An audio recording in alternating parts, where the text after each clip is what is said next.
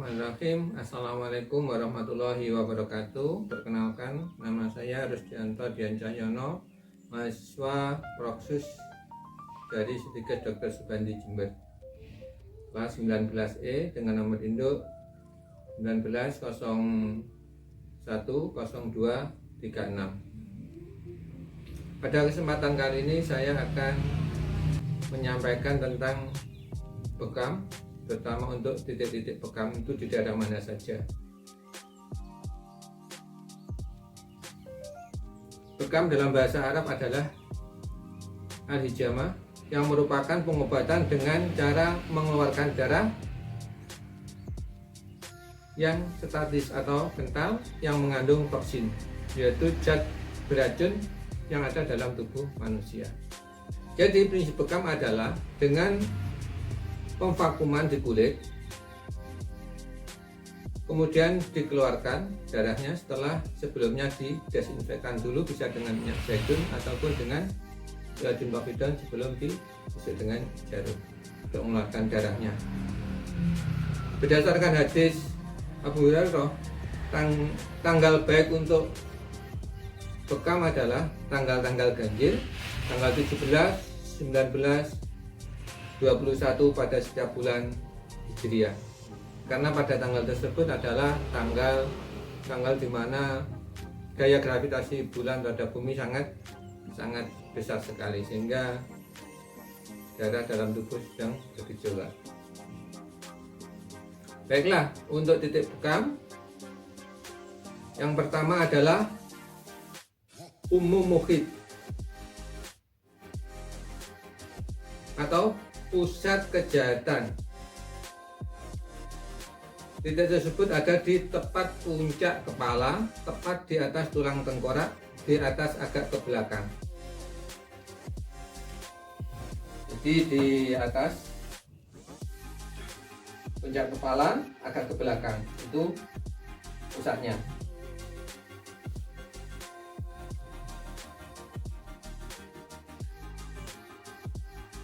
Yang merupakan pertemuan 100 penyakit atau 100 meeting, bertanggung jawab terhadap pergerakan dan sensor tubuh atau motorik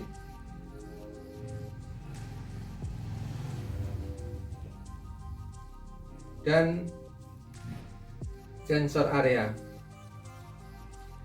Titik bekam umum kita bisa diindikasikan untuk penyakit epilepsi, vertigo, pusing, prolap uteri, prolap rekti, glaukoma, mania atau emosional, tinnitus, sakit ubun-ubun, sinusitis, rinitis, dan epitaksis. Titik kedua adalah kahil. Pada titik kahil itu terletak pada daerah tonjolan tulang leher. Pertemuan meridian usus besar, lambung, usus kecil, kandung kemih, dan organ trianegiser. Titik kahil adalah, maaf Ibu,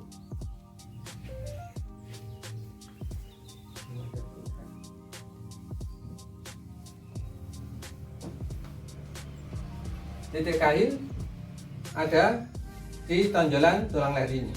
Ini adalah titik kahil. Jadi titik kahil tadi terletak pada tonjolan tulang leher.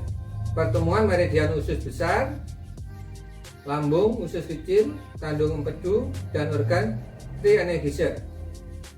Fungsinya adalah untuk pengobatan TBC, meningitis, kejang, asma, flu, batuk, pilek, sakit kepala, epilepsi, leher kaku, dan tengengan, bisa juga daerah situ. Juga kelumpuhan tungkai, peradangan sendi, lutut, rematik, otot pundak yang kaku, dan punggung yang kaku juga. Untuk titik yang ketiga adalah Gainal katifain, daerah di antara dua bahu.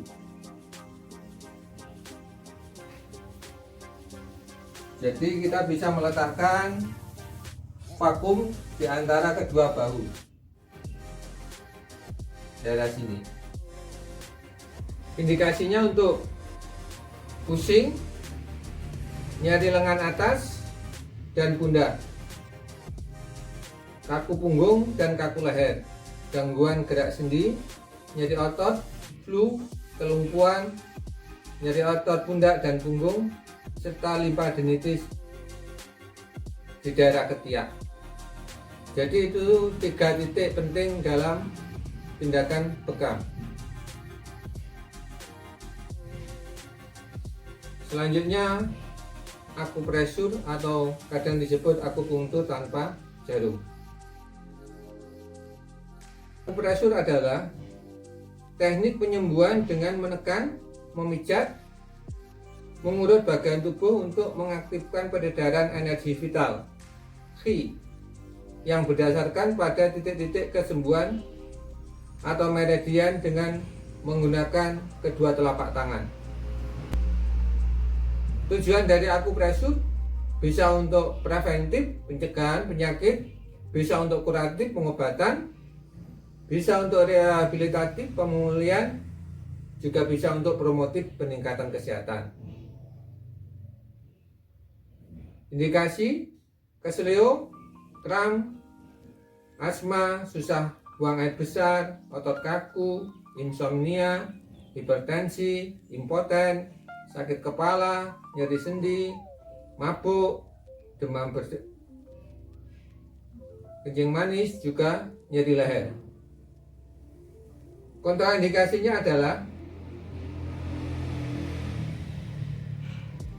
demam tinggi pada penyakit menular, itu adalah kontraindikasinya. Kemudian penyakit kulit, tumor, menstruasi, sehabis operasi, sehabis minum obat, sehabis makan, itu juga tidak boleh dilakukan akupresur. Sehabis suntik, vena varises, inflamasi vena, HIV atau AIDS, epilepsi, juga kehamilan. Teknik akupresur bisa dengan mengusap, menggosok, memijat, meremas, menggetarkan atau vibrasi, mengetuk, juga guncangan. Itu teknik-teknik akupresur.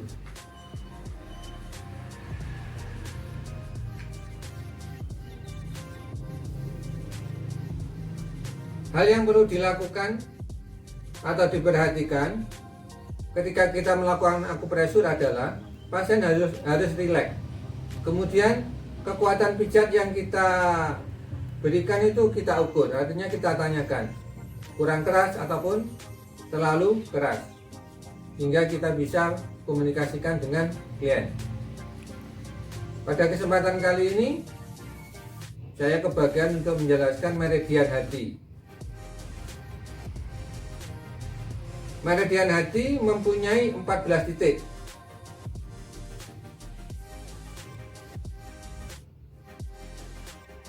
Penyakit yang berhubungan dengan meridian hati adalah sakit kepala, terkait alat kelamin, sulit kencing atau radang saluran kencing atau ISK, infeksi saluran kencing,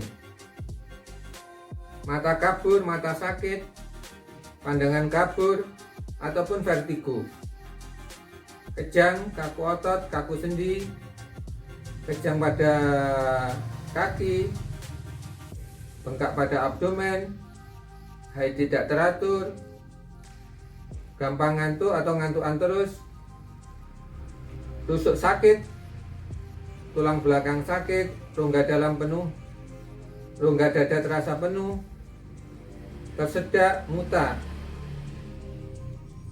epilepsi ataupun insomnia. Untuk alur meridian hati ada 14.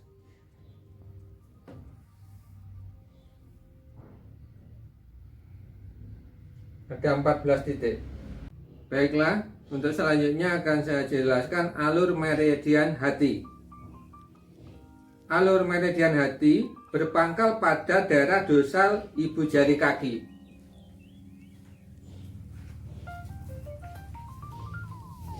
Jadi di daerah antara ibu jari dengan jari tengah yang panjang.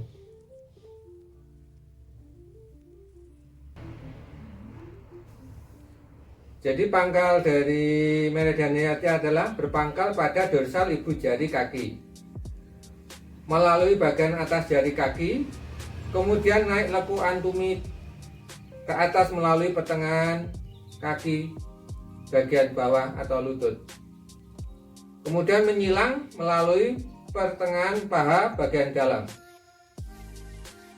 Maaf, ini tidak saya praktekkan. Melingkari daerah kelamin menuju ke bagian abdomen. Aliran itu terus naik lewat dalam menuju hati dan kantung kemih. Berpencar di bawah tulang rusuk sebelum menuju ke paru. Bergabung dengan meridian paru. Dari situ aliran naik melewati tenggorokan menyambung dengan mata. Ada 2 cabang meninggalkan mata. Cabang 1 menyilang pipi dan sari dalam mengitari bibir.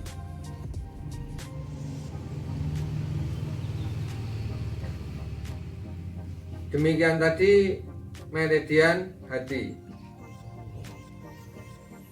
Spiritual healing. Setelah kita melakukan tindakan akupresur, kita lakukan tindakan spiritual healing dengan klien. Gimana Ibu setelah dilakukan tindakan tadi? Sudah merasa lebih enak belum? Iya Pak, sudah merasa lebih enak, sudah merasa rileks. Yang masih terasa kaku mana Ibu? Bau. Oh, jadi gini Bu ya, apa yang kita lakukan adalah semua tadi adalah ikhtiar. Jadi kesembuhan itu pada dasarnya hanya Allah semata yang memiliki. Kita tetap diwakilkan ikhtiar, kemudian tetap positive thinking dalam artian Allah ngasih kita penyakit itu sebenarnya juga ngasih nikmat. Artinya kita biar introspeksi diri juga, kemudian mengurangi dosa-dosa kita juga. Intinya kita harus tetap berprinsip bahwasanya Allah itu punya rencana yang lebih indah dari rencana kita. Jadi ketika kita diganjar sakit, kita harus tetap lebih dekat kepada Allah, banyak berzikir, melaksanakan sholat malam. Semoga apa yang kita lakukan tadi Ibu segera mendapatkan kesembuhan. Ya, terima kasih Ibu ya. Bisa nanti untuk kunjungan kedepannya, saya harap Ibu lebih sabar lagi untuk menunggu kesembuhan yang lebih baik lagi.